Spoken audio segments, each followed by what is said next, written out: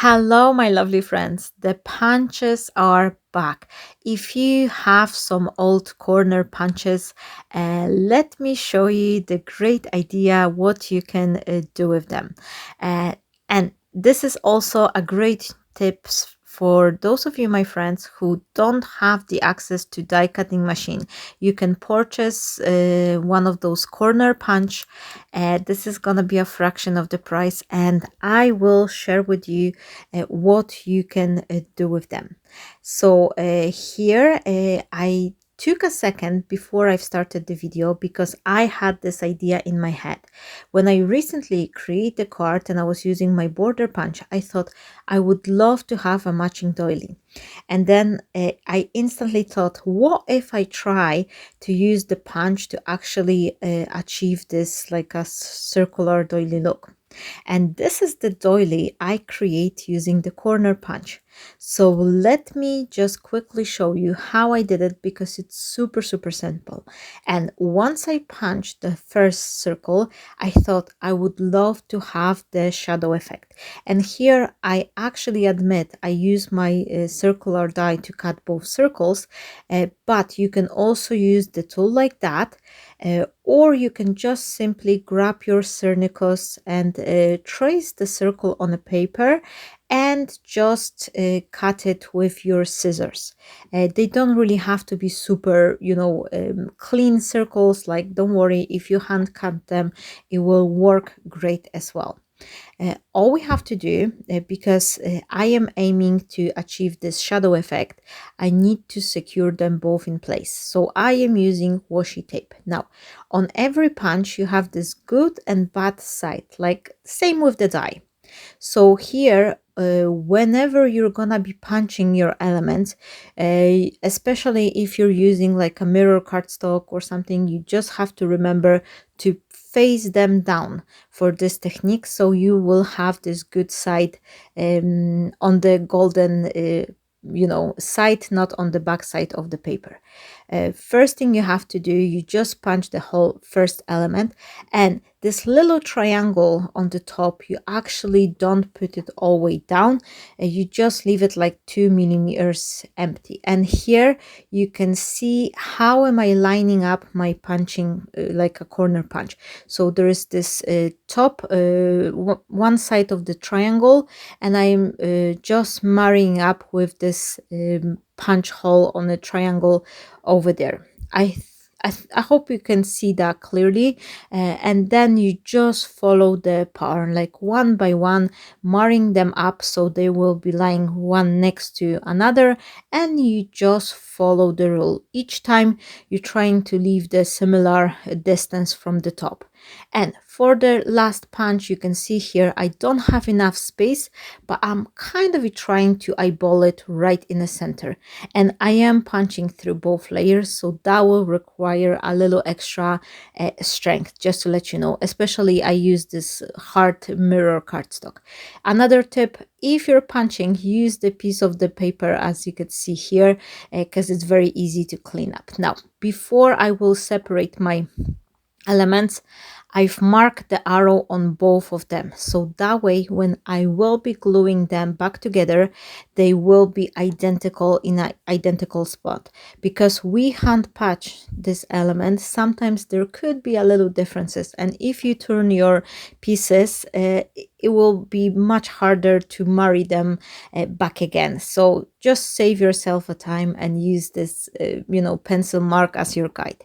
Now here I will be creating my own card base. This is 7.5 by 7.5, something like that, and I actually scored the first piece of the paper, and then I will be adhering it to another panel which is cut exactly to the size. And here you can see I'm adding the glue. I'm leaving this punch piece without the glue because later on I like to dress up my cards from all sides, so I will probably add some decorative paper there as well.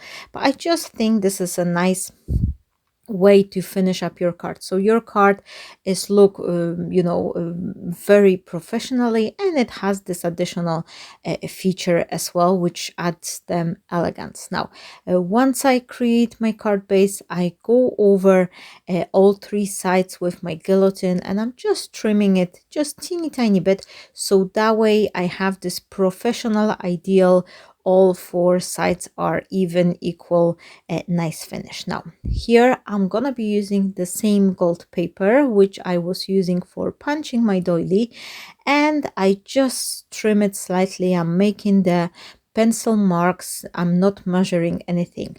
And here is the paper I'm gonna be using for my today's card, and this is actually the freebie.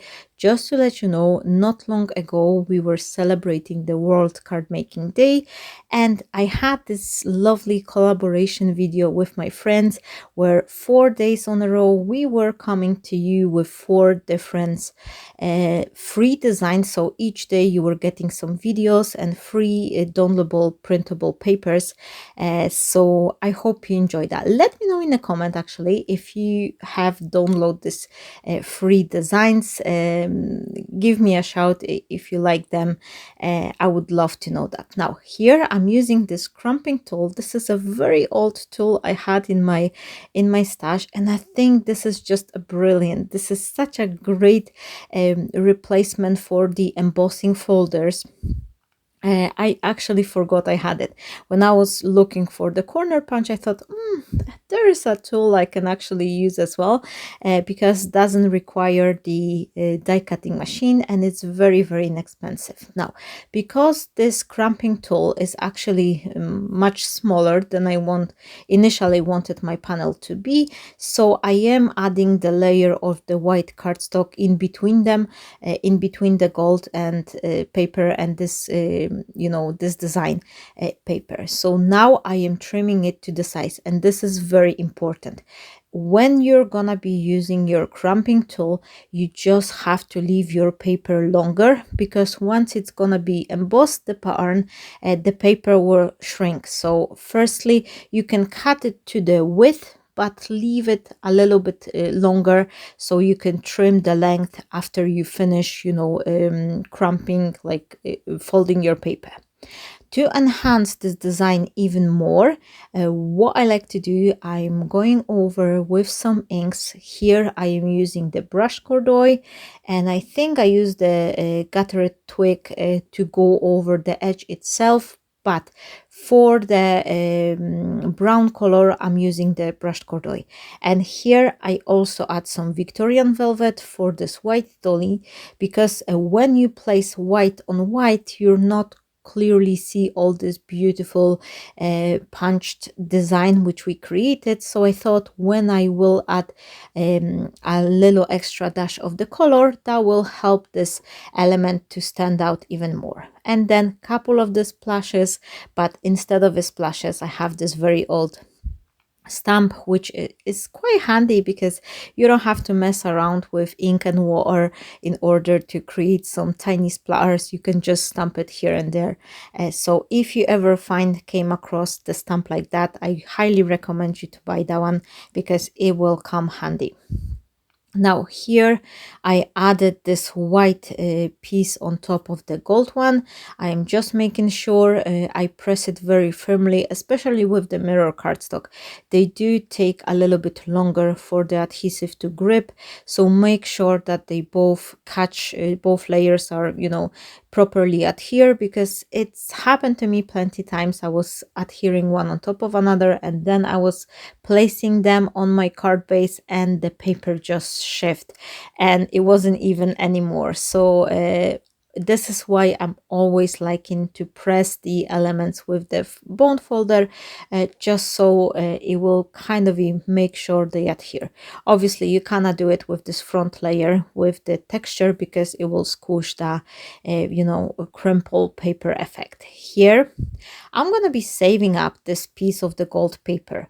This is gold after all, and it costs money, so it's always great to save up even a little thing like that. This will be handy to cut some couple golden leaves or some sentiments, so there's always a chance for you to use up those pieces. So don't leave them behind your paper, especially if you're using the expensive like a mirror cardstock, holographic paper, or pearl paper. Anything more fancy, always cut out the middle section because you may use that paper later on. Here I am marrying up the pieces. And here, because I had those arrows, I've placed myself additional layers of the washi tape just so it will be easier for me to kind of know where those markings are, because obviously I couldn't see them from the front of my card, so I just used the washi tape as my guide.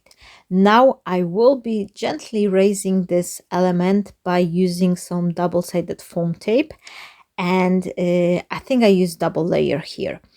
So I'm just adding the tape, and here I had this loose corner from the gold cardstock, so I am just squeezing a little dash of the glue on the piece of the paper just underneath, so I could, make sure that everything is adhered nicely.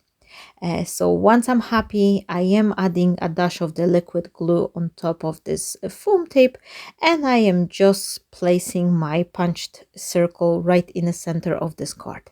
And I really like this color combination with the pink and brown. I think this is my this season forever favorite autumny combination, but let me know what's your favorite color. Is it orange, or you kind of be creating more brown cards over the autumny season? Definitely give me a shout. But this season I am all about the pink, this kind of like a powdery pink and brown. I think it's just looking beautiful. Here is this little foxy. This is also from my own design, but I have this additional 2 pumpkins, and these are coming from the Monika Quilling Lady free papers. These were also released during the World Card Making Celebration. I just had some leftovers, so I thought I will add them here for this nice pop of the orange color. I am using this Hello Autumn sentiment, and I have a couple of the additional leaves. I know these are die cutted using the die, but you can easily freehand cut some leaves like that, or use some ephemera leaves if you have some. I do have this whole print with the autumny leaves, so if you don't have dies, you can print those one if you like, and fussy cut them as well. So here I'm just kind of trying to work out my elements. I also had some butterflies, but I thought I will just leave them, and instead I went for some golden half pearls. I think they are just perfectly matching up, especially with this gold embossing on the leaves. And this is just a nice way to fill up my card, to create this kind of like a flow movement effect on a card as well. So I hope you enjoyed this video.